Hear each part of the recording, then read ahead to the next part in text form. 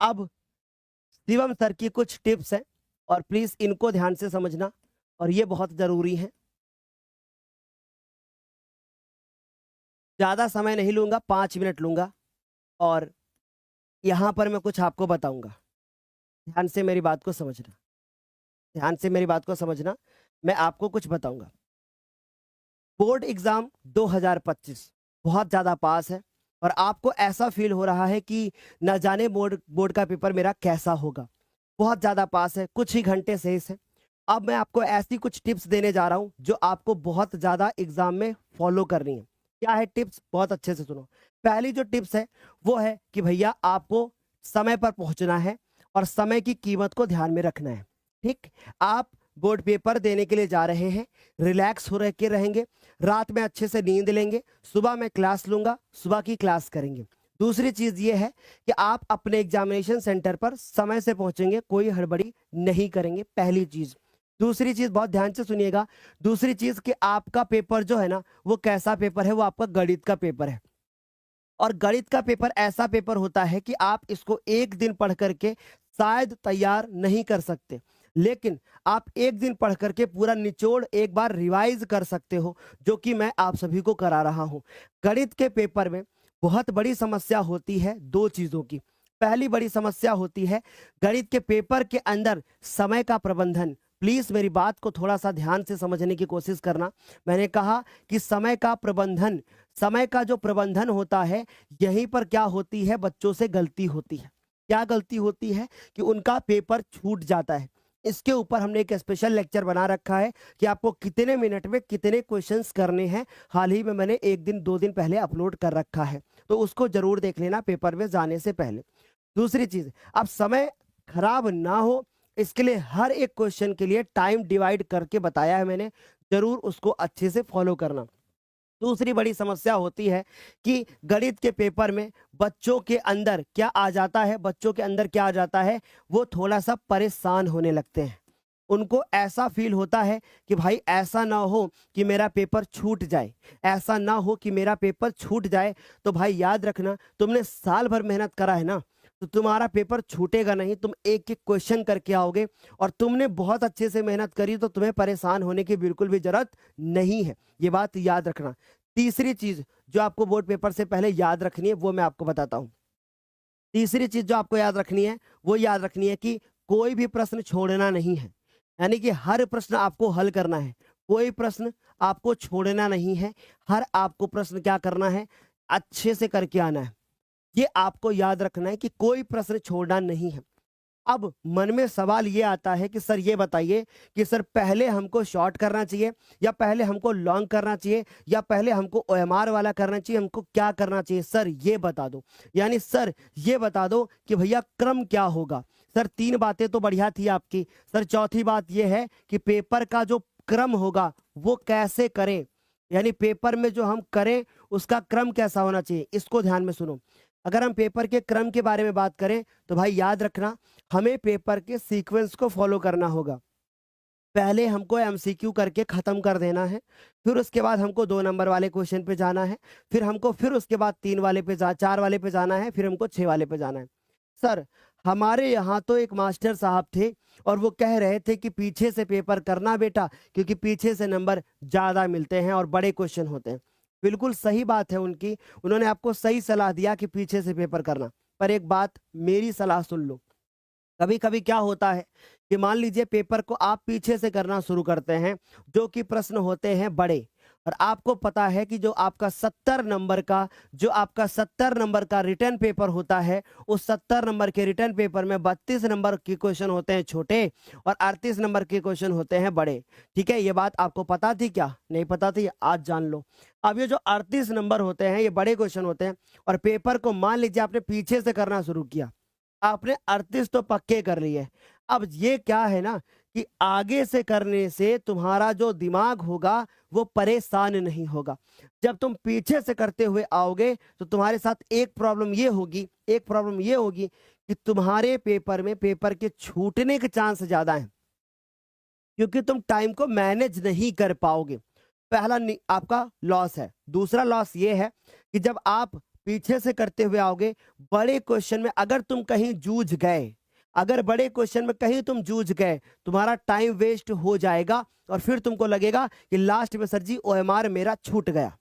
तो पेपर को आप आगे से करोगे, ना कि पीछे से करोगे। बोलो क्या इतनी बात समझ में आ गई? पीछे से नहीं करोगे बल्कि आगे से करोगे, इस बात का ध्यान रखोगे। गलती तो नहीं करोगे कि सर पीछे से करते हुए आए हैं। ये एक हो गई टिप्स हमारी। अगली चीज ध्यान से सुनिएगा, फिर मैं आपको बताता हूं, ध्यान से सुनना। अगली जो चीज है कि जो भी प्रश्न आप करने के लिए जाओगे, किसी एक प्रश्न पर अधिक समय नहीं दोगे। यानी कोई प्रश्न आपको नहीं आ रहा है, किसी प्रश्न पर आप जूझना मत। क्या कहा मैंने? किसी भी प्रश्न पर आप जूझना मत कि भैया अरे नहीं आ रहा है तो हम इसको बार बार काट पीट करके कर रहे हैं। ऐसा मत करना। यदि आपने प्रश्न को बार बार काटा पीटी करी तो आपको दिक्कत होगी। क्यों? क्योंकि आपका टाइम वेस्ट बहुत ज्यादा हो जाएगा। ये एक अलग से टिप्स हो गई। अगली टिप्स सुन लो ध्यान से, अगली ध्यान से हमारी टिप्स ध्यान से सुनना। जो हमारी छठी टिप्स है ना, वो ये कहती है, जो हमारी छठी टिप्स है ना, वो हमसे ये कहती है, ध्यान से सुनना, कि हमें जो रफ काम करना है वो क्या करना है। जब हम लोग जहां पे सॉल्व कर रहे होंगे क्वेश्चन, फॉर एग्जांपल यहां पर हम अपने क्वेश्चन को सॉल्व कर रहे हैं यहां पर, और ये जगह हमारे पास खाली है, यहीं पर रफ काम करोगे और उसको एक बार ऐसे काट दोगे। कॉपी के पीछे करने की आवश्यकता नहीं है। पूछो क्यों? क्योंकि इससे कॉपी तुम्हारी यही होगी ना कि सर गंदी दिखेगी। गंदी नहीं दिखेगी। एग्जामिनर को भी पता है कि ये मैथ का पेपर है और मैथ के पेपर में कैलकुलेशन होती है, तो हमें साइड में करना है और एक बार काटना है, गंदा नहीं करना है।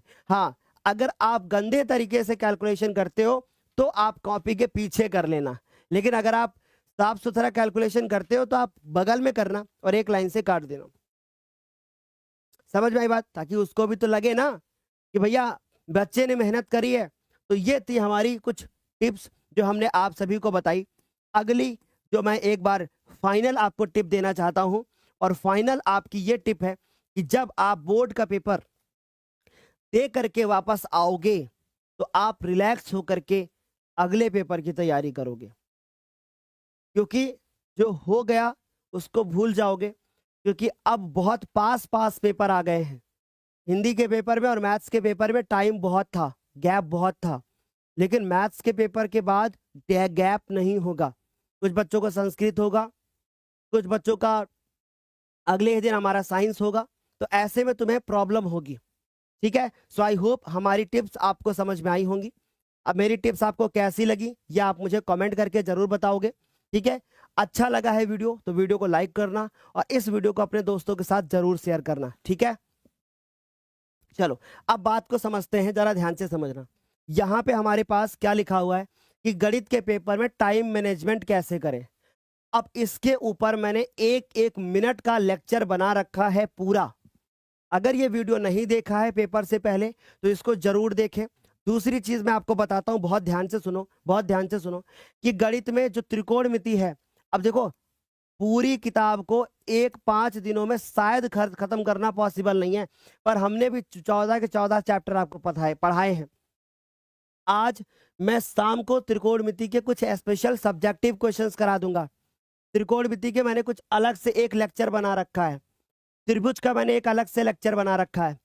हमारे पास कुछ ऐसे स्पेशल क्वेश्चन हैं जिनको आप अगर अच्छे से तैयार कर लिए तो बोर्ड पेपर में वही आएंगे, और वो आज शाम को 5 बजे हम कराने वाले हैं। सब्जेक्टिव भी कराएंगे, ऑब्जेक्टिव भी कराएंगे। मॉर्निंग वाली क्लास के बाद कुछ हमारे ऑब्जेक्टिव रह गए तो वो ऑब्जेक्टिव हो जाएंगे, फिर हम सब्जेक्टिव भी कराएंगे। यानी सब्जेक्टिव भी होगा, ऑब्जेक्टिव भी होगा शाम वाली 5 वाली क्लास में। ठीक है? तो शाम को 5 बजे हम लोग मिल रहे हैं। सर मॉर्निंग में कितने बजे क्लास चलेगी? मॉर्निंग में जो क्लास चलेगी वो आपकी चलेगी सुबह 4 बजे से।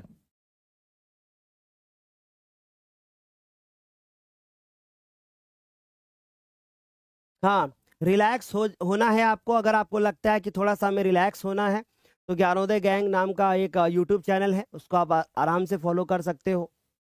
और इंस्टाग्राम पर भी है, पर अभी इंस्टाग्राम वगैरह ना यूज करें तो बेहतर है, पेपर के बाद में करना। ठीक है? सर डायरेक्ट हल कर सकते हैं क्या क्वेश्चन को? डायरेक्ट कैसे हल करोगे बेटा क्वेश्चन को? सबसे पहले आप क्वेश्चन को कैसे करोगे, जैसे मैंने जो मेथड बताया उसी हिसाब से करोगे ना। जो मेथड बताया है एक एक चीज वैसे ही फॉलो करना है। अगर मान लीजिए कि आप पेपर कर रहे हो और आपसे कोई क्वेश्चन गलत हो जाए। अब मान लीजिए ये आपका पेपर है और आपका कोई यहाँ पे प्रश्न है और वो आपसे गलत हो गया करते करते, तो आप अपना काला पेन लोगे और ऐसे काट दोगे बस एक बार, वो पेपर चेक नहीं होगा। अब कुछ बच्चे क्या करते हैं, कहेंगे अरे यार रुको यार गलत हो गया। ऐसे नहीं करना है, ठीक है। क्या करना है, सीधी बात, बस एक बार काट देना है ऐसे। समझ गए यहां तक? कोई और कोई समस्या?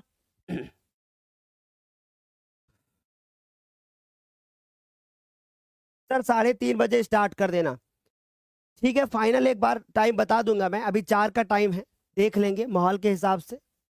आप बिल्कुल फाइनल बता देंगे, एक बार चेक कर लेना रात में। रात में 12 बजे पहले चेक कर लेना, जो रहेगा वही रहेगा, हम चेंज नहीं करेंगे, ठीक है। हम चेंज नहीं करेंगे बच्चे।